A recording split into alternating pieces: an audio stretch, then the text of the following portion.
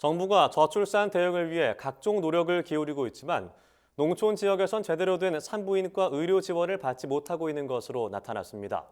전국 61개 시군이 산부인과나 분만실이 없는 분만 취약 지역인데다 그중 19곳은 출생아 수가 5년 동안 지속적으로 감소한 것으로 조사됐습니다. 김진희 기자가 전합니다.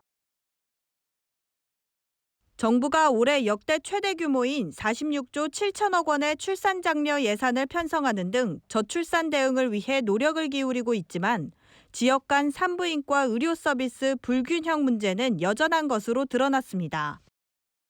최기상 더불어민주당 의원이 건강보험 심사평가원으로부터 제출받은 자료에 따르면 올해 8월 기준 산부인과가 없는 기초자치단체는 7곳이며 산부인과가 있더라도 분만실이 없는 지역은 54곳에 달하는 것으로 나타났습니다. 합치면 총 61곳의 지자체가 분만 취약 지역인 셈입니다. 산부인과가 없는 지자체는 모두 비수도권 농어촌 지역이었습니다. 경북이 군위, 영양, 봉화 등 3곳으로 가장 많았고 강원 횡성 양양, 전북 무주, 전남 영암도 산부인과가 없는 것으로 조사됐습니다. 산부인과는 있지만 분만실이 없는 지자체는 전남이 나주, 담양, 곡성, 구례 등 10곳에 달했고 경남 역시 사천, 의령, 함안 등 9곳으로 많았습니다. 충북, 전북, 경북 각각 6곳, 강원, 충남 각 5곳, 경기 4곳 등으로 해당 지역 산모들의 진료 및 분만에 대한 의료 서비스 개선이 시급한 것으로 나타났습니다.